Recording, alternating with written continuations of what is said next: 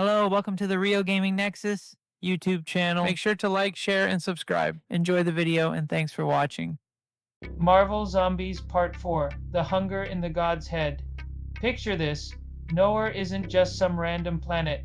It's a crime scene the size of a moon. Imagine the severed, hollowed-out head of a celestial, its ancient cosmic energies now fueling a wretched hive of scum and villainy. That's the vibe. The Creed Erelict, which has turned into this plague ship, didn't make a grand entrance with a crash. Nope. It just drifted silently into the shadow of the celestial titan, docking at a forgotten, derelict mining port. The Galactic Avengers didn't need a flashy arrival. The virus was patient and ready to feast. The first to step off this eerie ship, zombie Mr. Fantastic. Can you picture him? His gray, rubbery flesh stretched impossibly thin, slithering through ventilation shafts and power conduits like some sentient mold. He was the whisper that started the scream. In the neon-lit markets and the clanging cantinas of Nowhere, a miner suddenly clutched his throat, coughing up a blackish fluid. It was like a scene out of a horror movie. Then another miner followed suit. Within minutes, the vibrant chaos of Nowhere's underbelly flatlined, replaced by a singular, gurgling moan. The hunger had arrived, and it was hungry. "What in the flark is going on down there?" Rocket's voice crackled over the comms. From a perch high in the cerebral cortex, he, Groot, Star-Lord, Gamora, and Drax watched the panic unfold on the security monitors. It was wild. The stampede wasn't away from a threat, but straight into it. Crowds fleeing, one horde ran directly into another, the infection spreading like fire through dry grass. It was chaos incarnate. "They're not killing them," Gamora observed, her voice cold and analytical. "They're converting them. It was like a nightmare come to life, right?" "I am Groot." Groot trembled, his wooden fists clenched, ready for action. "Yeah, I see 'em too, pal," Star-Lord muttered, his hand resting on his quad blaster, eyes glued to the screen. "They look familiar." He zoomed in on one of the monitors, and his face went pale. There, in tattered red, white, and blue, was a figure deflecting blaster fire with a shield, its movements stiff, its face a mask of rotting flesh. No, it can't be. The Galactic Avengers were no longer just some distant horror story. They were right here, in the thick of it. The Guardians dove into the chaos. It was like stepping into a meat grinder. Drax roared, his knives a blur as he carved through the newly turned denizens of Nowhere. But for everyone he felled, three more rose, their eyes vacant, jaws snapping. Gamora fought with deadly grace, a green phantom of death, yet even she was forced back by the sheer, unending tide of bodies. This wasn't just a battle. It was pest control on a galactic scale, and they were the exterminators. Then the true threat revealed itself.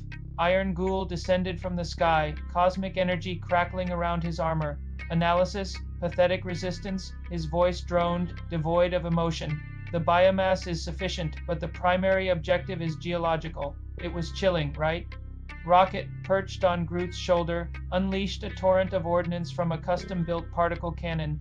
These blasts could atomize a small asteroid, but they simply sizzled against Iron Ghoul's cosmically hardened suit. He's not just wearing the armor. He's powered by it. Rocket shrieked, "That's Surfer juice."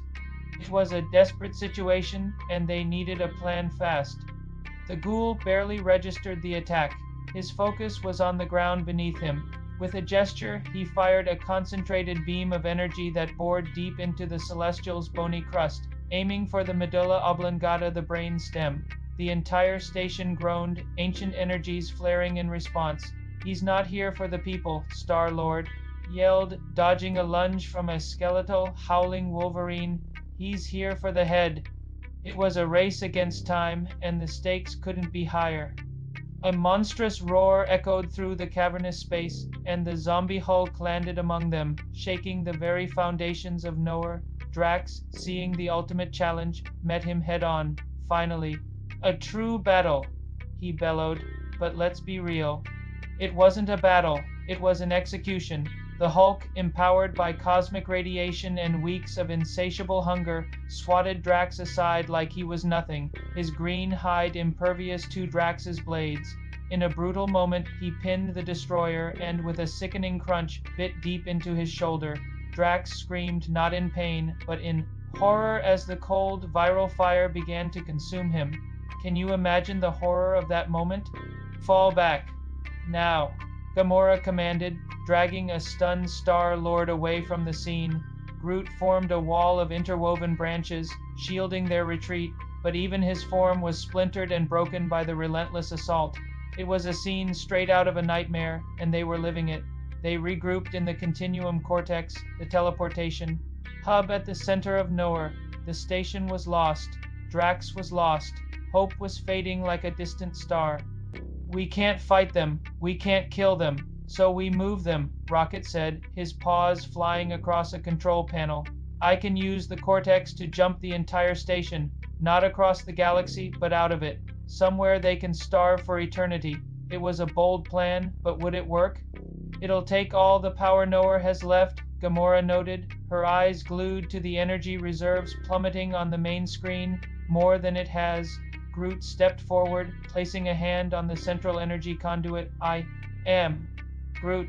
His determination was palpable. No, pal, not this time, Rocket pleaded, his voice cracking with emotion.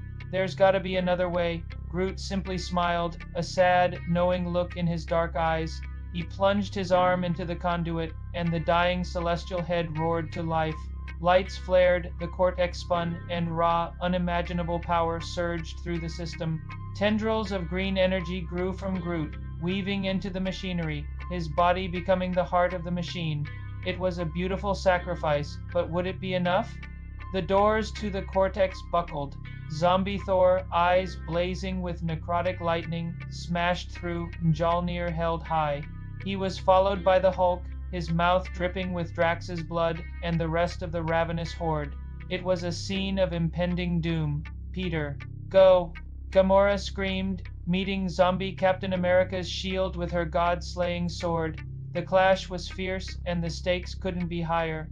Star-Lord looked from the fight to Rocket, who was frantically inputting the final coordinates, and then to Groot, whose form was beginning to glow, turning into pure, living energy. He fired his blasters, providing cover, his heart breaking at the sight of his friends sacrificing everything. It's done. Rocket yelled, grabbing Star-Lord, let's go. They scrambled aboard the Venator as Groot let out one final, silent roar. An ethereal light enveloped Nowhere. From the cockpit, they watched as the massive celestial head, now glowing brighter than a star, simply folded in on itself and vanished from space, taking the zombie plague with it. It was a bittersweet victory, but they had done it. Silence. The void was empty. Groot was gone. Drax was gone. Nowhere was gone. The weight of their loss hung heavy in the air, and it felt like a punch to the gut. Then a single encrypted transmission flickered onto Rocket's console, a stray signal that had escaped the jump. It was a data burst from Iron Ghoul's suit, recorded seconds before the teleport. A star chart appeared on the screen, a destination plotted. My calculations were incomplete. Iron Ghoul's distorted voice stated, "This celestial's energy is a dying echo, but its neural pathways contain a map to the source. The plotted course went beyond known galaxies, into the infinite darkness between realities. A map to the world forge, to the birthplace of the gods, and just like that, the journey was far from over. The Guardians had lost much, but they had also gained a new mission. The adventure continued, and they would fight on, no matter the odds. After all, that's what heroes do, right?"